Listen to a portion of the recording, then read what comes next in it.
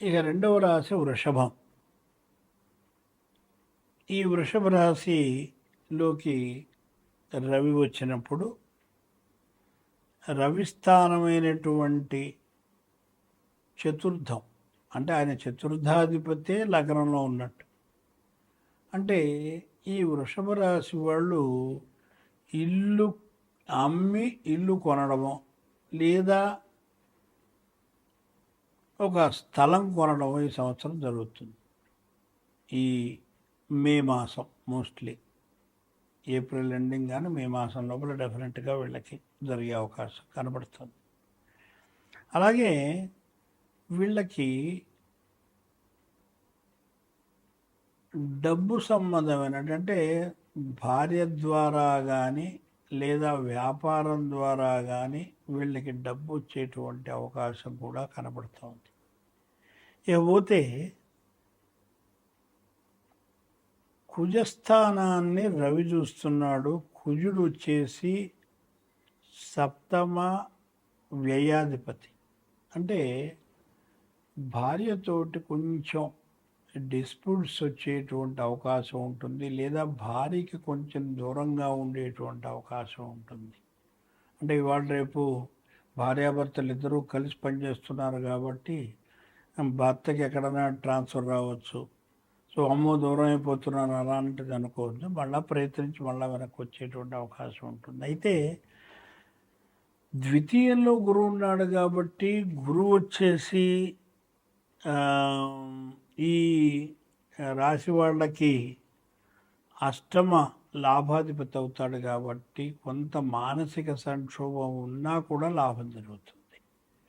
కాబట్టి వీళ్ళకి కుజుడికి అలాగే కేతువుకి శనికి రాహుకి జప తప హోమాదులు చేయించుకుంటే చాలా మంచిది. ఇప్పుడు జగల్లగ్నం. ఈ జగల్లగ్నం పూర్వకాలంలో మనకు రాజులు వేటకి వెళ్ళేవాడు. వాడు తిరిగి వస్తాడో రాదో తెలియదు, ఎందుకంటే మనం మృగాలు తినేయచ్చు, ఏదైనా కావచ్చు. అప్పటి పరిస్థితులను బట్టి వాళ్ళు రకరకాలుగా అంచనాలు. ఇందాక మనం చెప్పుకుంది వర్షలగ్నం, చైత్ర శుక్ల పాడ్యమి ఏ సమయానికైతే లగ్నం ఏర్పడుతుందో ఆ లగ్నాన్ని బట్టి ఇందాక చెప్పుకున్నాం. ఇప్పుడు జగల్లగ్నం అంటే రవి మేషరాశి ప్రవేశం ఏ రోజైతే ఏ సమయానికైతే అవుతుందో ఆ రోజున మనం చక్రం వేసి రవి మళ్ళా కర్కాటక తుల మకర, ఒకటి మేషం, కర్కాటకం, తుల, మకరం, ఈ 4 రాసుల్లో సంచారాన్ని బట్టి దేశ యొక్క గోచారం చెప్పడం అనేటువంటిది ఒక సాంప్రదాయం. ఇది బ్రహ్మాండంగా మనకు తెలుస్తుంది. మంచి ఈసారి రవి 14వ తారీఖు 11:47 మేషరాశి ప్రవేశం. తత్కాల లగ్నం వచ్చి మిథున లగ్నం అయింది. లగ్నంలో గురువు ఉన్నాడు కాబట్టి డెఫినెట్లీ దేశం మంచి పురోగభివృద్ధి జరుగుతుంది అనేది ఫస్ట్ ఫండమెంటల్ పాయింట్. రెండోది, గురువు యొక్క దృష్టి పంచమ స్థానం మీద, సప్తమ స్థానం మీద, నవమ స్థానం మీద ఉంది. పంచమ స్థానం అంటే మనం చేసినటువంటి కృషి యొక్క ఫలితం. మనం కష్టపడి పాపం వ్యవసాయదారులు రాత్రి అనక పగలనక పొలాలు దున్ని సంవత్సరం అంతా ఇడిచే చివరి పంట కోసం పాపం తపతపలాడుతూ ఉంటాడు. ఆ టైంలో కనుక వరదలు వచ్చాయనుకోండి, పరిస్థితి ఏంటి? సో అలాంటివి రాకుండా ఈ గురువు అంటే దైవబలమే, ఇట్స్ ఎ లక్, అది ఉన్నది వ్యవసాయదారులకి అని చెప్తోంది. అంటే పంటలు బాగా పడితే వ్యవసాయదారులకు ఈసారి డబ్బులు బాగా వస్తాయి. తర్వాత సప్తమ దృష్టి ఉంది అంటే మన దేశం ఇతర దేశాలతోటి మంచి సత్సంబంధాలు ఏర్పడి అభివృద్ధి చెందుతుంది అని చెప్తోంది. అంటే కొత్త సంస్కరణలు ఏర్పాటు చేస్తారు. కేంద్రానికి మన ప్రజలకి మధ్య మద్దతు బాగా ఉంటుంది. పరిపాలనా విషయంలో మంచి సపోర్ట్ వస్తుంది బీజేపీకి కానీ, లేకపోతే మన ప్రెసిడెంట్ ప్రైమ్ మినిస్టర్ గారికి కానీ. అయితే షేర్ మార్కెట్ బాగా పుంజుకుంటుంది. తర్వాత ధనాగారము అంటే ఫైనాన్షియల్ స్టేటస్కి ముఖ్యంగా మన దేశానికి ఏ విధమైనటువంటి ఆర్థిక సంక్షోభం ఈ సంవత్సరం ఉండదు. అలాగే కొత్త సంస్కరణ మనం ఇందాక అనుకున్నాం.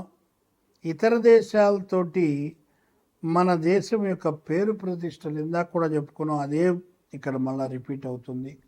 అంతరిక్ష పరిశోధనలో ఇతర దేశాలతోటి నువ్వు డి అంటే డి అనే లెవెల్లో మన ఇండియా ఉంటుంది, అందులో డౌట్ లేదు. అంటే ఏ అణు సంబంధమైనది కావచ్చు, అంతరిక్షమైనది ఏదైనా సరే దీటి. అందుకని ఇప్పుడు మీరు చూస్తున్నట్టయితే అమెరికా కానీ మిగతా కంట్రీలు కానీ ఆలోచిస్తున్నారు. ట్రంప్ మొదట డ్యాన్స్ చేసినప్పుడు ఇప్పుడు చేయట్లేదు.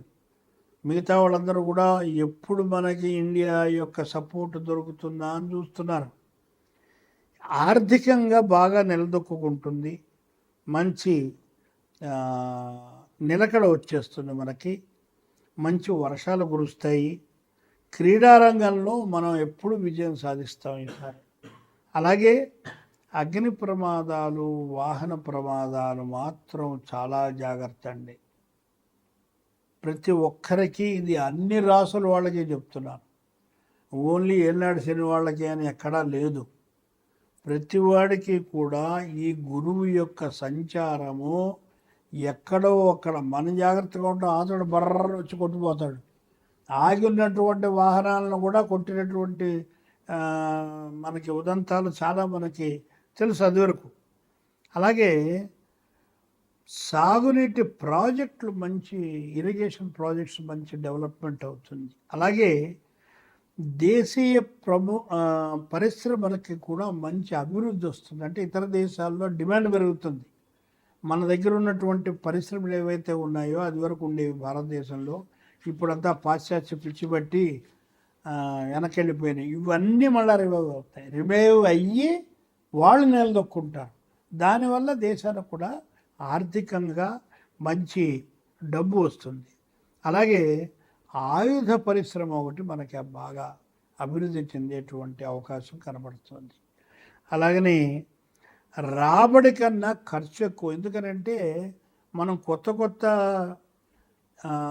ప్రయోగాలు చేసేటప్పుడు వాటి మీద ఇన్వెస్ట్మెంట్ చేయాలి, తప్పదు. సో ఆ విధంగా తప్ప చెడుగా కాదు. అయితే ఇంటర్నేషనల్ లెవెల్లో హోటల్స్ని నిర్మించడం అనేటువంటి లెవెల్కి మనం ఎదుగుతాం. ఇంటర్నేషనల్ హోటల్స్ ఉంటాయి, దానివల్ల మన దేశానికి డబ్బులు వస్తాయి. అలాగే టూరిజం డిపార్ట్మెంట్లో మంచి పేరు ప్రఖ్యాతులు వస్తాయి, మంచి ఫుల్ ఫారినర్స్ ఎగబడతారు ఈసారి మీకు. అలాగే ఇంకొకటి మాత్రం చెప్పదలుచుకున్నాను అందరికీ కూడాను, పాలకులకి దయచేసి దండం పెట్టి చెప్పేది ఏమిటంటే, రాబోయేటువంటి ప్రకృతి వైపరీత్యాలు, తుఫాన్లు, అలాగే ఇతర సంఘటనలు, దేశంలో భూకంపాలు, ఇవన్నీ కూడా వచ్చేటువంటి అవకాశం ఉన్నది. కాబట్టి కొంచెం ముందస్తుగానే కాస్త సీనియర్ మోస్ట్ ఆస్ట్రాలజర్స్ ఎవరినైనా సరే గవర్నమెంటు వాళ్ళని పిలిచి వాళ్ళతోటి సంప్రదించి మాట్లాడి వాళ్ళు ప్రణాళికలు చేసుకున్నట్టయితే ఎంతో ఉపయోగం ఉంటుంది. మీరు వెళ్ళేటువంటి దోవలో ఏ విధమైనటువంటి అడ్డంకి కూడా రాదని చెబుతూ స్వస్తి ప్రజాభ్యాం.